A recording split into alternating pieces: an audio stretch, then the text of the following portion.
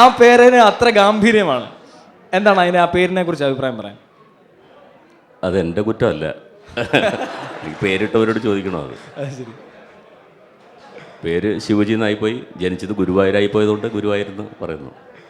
അല്ലാതെ അത് എന്തുകൊണ്ടാണ് അങ്ങനെ പേരിട്ടെന്ന് ഇപ്പം എന്നോട് ചോദിച്ചാൽ എനിക്ക് പറയാൻ അങ്ങനെ പറ്റില്ല. ചോദിക്കുന്നില്ല, ആ പേരിനെ കുറിച്ചുള്ള അഭിപ്രായം. ആ പേര് എത്രത്തോളം നമ്മൾ പറയാറുള്ളൂ, പേര് ഭാഗ്യത്തിൻ്റെ ലക്ഷണമാണെന്ന് പറയാറുള്ളൂ. അതുകൊണ്ടാണല്ലോ ന്യൂമറോളജിക്കലി പേരൊക്കെ നമ്മളിങ്ങനെ അക്ഷരങ്ങൾ മാറ്റി. സത്യത്തിൽ ഈ പേര് അല്ലായിരുന്നു എനിക്ക് ഇട്ടുണ്ടായിരുന്നത്. ശരി. എൻ്റെ ഒരു അച്ഛൻ്റെ അനിയൻ ഒരു തമിഴ് സിനിമാ പ്രേമിയായിരുന്നു. ആ ഒരു ബന്ധമാണ് പാരമ്പര്യം എന്ന് പറയാൻ എനിക്ക് ആകെയുള്ളത്. അദ്ദേഹം ഈ ശിവാജി ഗണേശൻ്റെ വലിയ ഫാനായിരുന്നു. അപ്പോൾ അദ്ദേഹമാണ്, എൻ്റെ അച്ഛൻ്റെ അനിയനാണ് എനിക്ക് ആ പേരിട്ടത്, ശിവാജി ഗണേശൻ.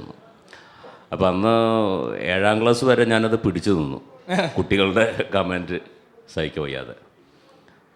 അപ്പോൾ 7ാം ക്ലാസ്സിൽ വെച്ച് ഞാൻ തന്നെയാണ് അതിൽ ഗണേശൻ കട്ട് ചെയ്ത് കളഞ്ഞത്, ശിവാജിയാക്കി. പിന്നീടത് നാടകത്തിൽ വന്ന് നാടകത്തിലൂടെ പരിചയപ്പെടുത്തുമ്പോൾ എവിടെ വീടെന്ന് ചോദിക്കും, പെട്ടെന്ന് മനസ്സിലാവാൻ വേണ്ടി ഗുരുവായൂർ, എവിടെ വീട്, ഗുരുവായൂർ. ഗുരുവായൂരിനടുത്തുള്ള ഒരു കാവീട് എന്ന് പറഞ്ഞ ഗ്രാമത്തിലാണ് ഞാൻ ജനിച്ചിട്ടുള്ളത്. ഇപ്പോൾ താമസിക്കുന്ന അവിടെ തന്നെ. പക്ഷെ പെട്ടെന്ന് മനസ്സിലാവാൻ വേണ്ടി ഗുരുവായൂരും ചേർത്തു. അങ്ങനെ എൻ്റെ പേരിൻ്റെ കൂടെ ശിവജി ഗുരുവായൂർ എന്നുള്ളൊരു. ആ പേര് ഇപ്പോൾ ഒരു രാശിയായിട്ട് തോന്നുന്നില്ലേ? കാരണം തുടർച്ചയായിട്ട് സിനിമകളും ഒപ്പം തന്നെ സിനിമകളിലെ നല്ല നല്ല വേഷങ്ങളും അത്തരം സിനിമകളൊക്കെ ഹിറ്റുമാകുന്നു. അപ്പോൾ അതൊരു ഭാഗ്യത്തിൻ്റെ സിമ്പിളായിട്ട് പ്രതീക്ഷിച്ചുകൂടെ, വിശ്വസിച്ചുകൂടെ? തീർച്ചയായിട്ടും അങ്ങനെയാണെങ്കിൽ ഈ ഭാഗ്യം എപ്പോഴേ വന്നുള്ളൂ. ഇത് കുറച്ച് നാൾ പണ്ട് തൊട്ടേ ഉണ്ടായിരുന്ന അല്ല, പണ്ട് ഞാൻ ഭാഗ്യദോഷിയായിരുന്നു. അപ്പോൾ വൈകി വന്ന ഭാഗ്യം. എന്തുകൊണ്ടോ ദൈവം എനിക്കിപ്പോൾ വലിയ, ഞാൻ പ്രതീക്ഷിക്കുന്നതിനേക്കാൾ കൂടുതൽ എനിക്ക് തന്നുകൊണ്ടിരിക്കുന്നു എന്നൊരു തോന്നൽ എനിക്കുണ്ട്. ഞാനൊരു 10-25 വർഷം അല്ലെങ്കിൽ അതിലേറെക്കാലം നാടകം കളിച്ച് നടക്കുന്നൊരു വ്യക്തിയായിരുന്നു. നാടകക്കാരൻ്റെ ഭാഗ്യത്തെക്കുറിച്ച് പറയണ്ടല്ലോ, പറയാതെ തന്നെ എല്ലാവർക്കും മനസ്സിലാവും.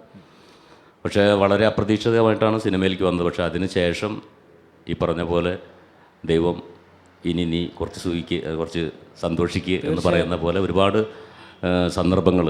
ഇപ്പോൾ അവസാനം രാജൻ സാറിൻ്റെ ദൈവത്തിൻ്റെ രൂപത്തിൽ പ്രത്യക്ഷപ്പെട്ടു എന്നൊക്കെ പറയുന്ന പോലെ അങ്ങനെ ദൈവം ഓരോരുത്തരുടെ രൂപത്തിൽ പ്രത്യക്ഷപ്പെട്ടുകൊണ്ടിരിക്കുന്നു.